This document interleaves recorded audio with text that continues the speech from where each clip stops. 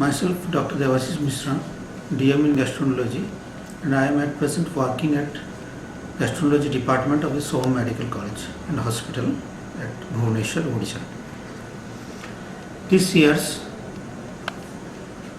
topic for Digestive Health Day is heartburns. It is a very common occurrence in the general population.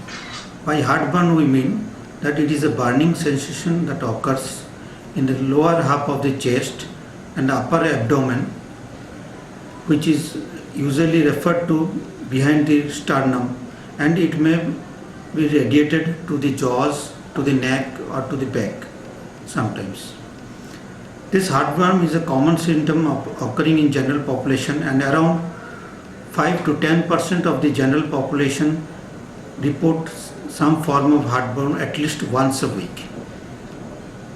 As far as heartburn is concerned, heartburn is one of the classical symptoms of GERD, and by GERD we mean gastroesophageal reflux disease. It is a disease that is quite prevalent in the Indian population, but is more common in the Western. But an Indian survey done in 2011 showed that the percentage of GERD is around 7.4% to 7.6% in the general population. GERD is usually diagnosed when the patient complains of heartburns. Other symptoms can also occur in GERD, such as asthmatic-like symptoms, in pneumonitis. Then some may have chronic cough, which is also a common presentation of GERD. Then patient may have regurgitation or eructations, and most of them complain of increase or aggravation of symptoms in lying down in supine position or in bending forward.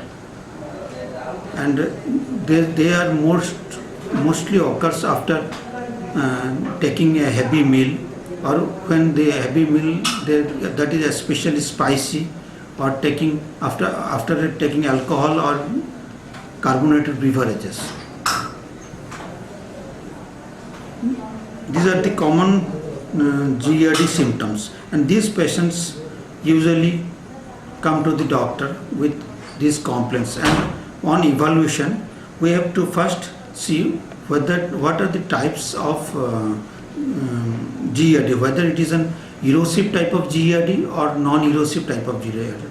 By erosive type of GERD we mean that on doing an upper GI endoscopy or endoscopy, there are erosions in the esophagus, and these are serious forms of GERD because they can result in strictures, ulcerations, and on long run can result in a disease called Barrett's esophagus. And on Barrett's esophagus, a few percentage of them can develop dysplasia and result in adenocarcinoma on long run.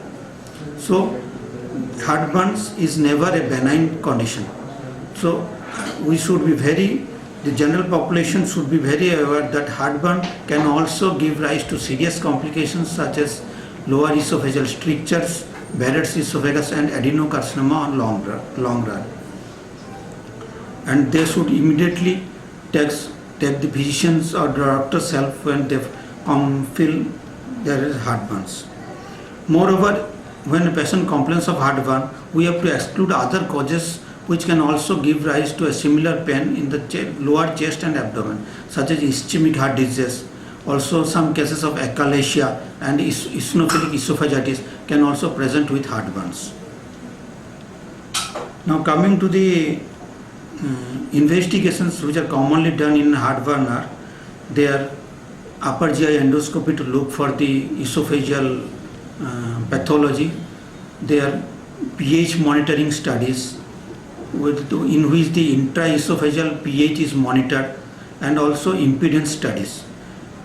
This pH monitoring along with symptoms of the patient can correlate with disease severity.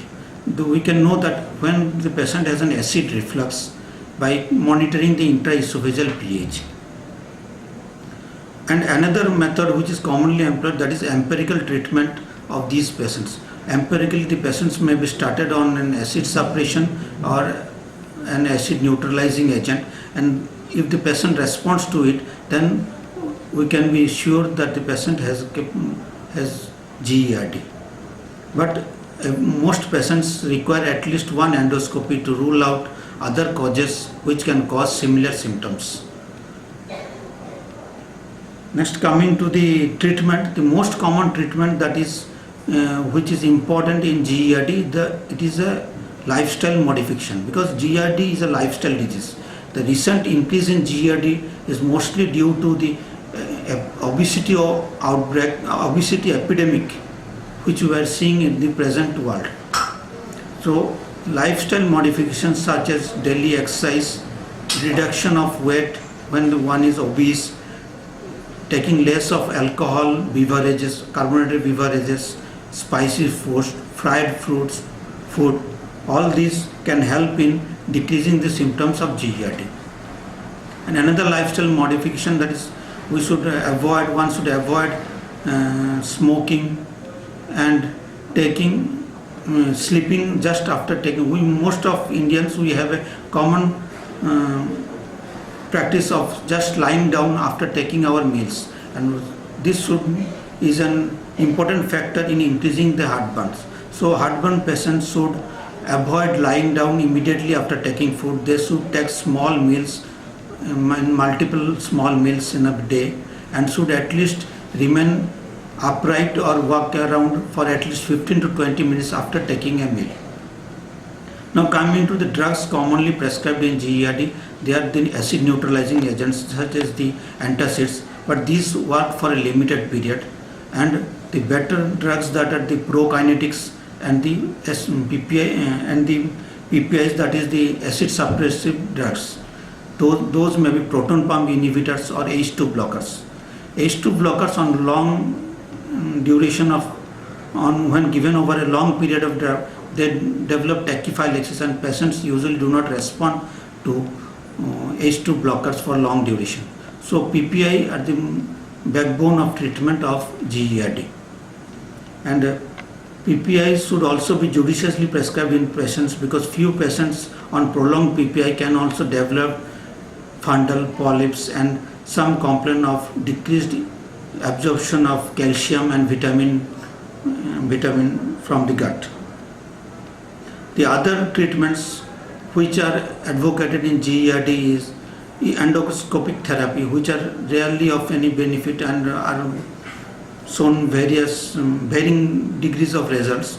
And another is the anti-reflux surgery, which should be kept as a last resort for these patients of GERD. But the most important thing which the general population should remember, that heartburn should not be taken lightly. It is an important symptom of GERD, and heartburns should always be evaluated, because it can be due to other causes also, and moreover, on long duration of heartburn can result in Barrett's esophagus and adenocarcinoma.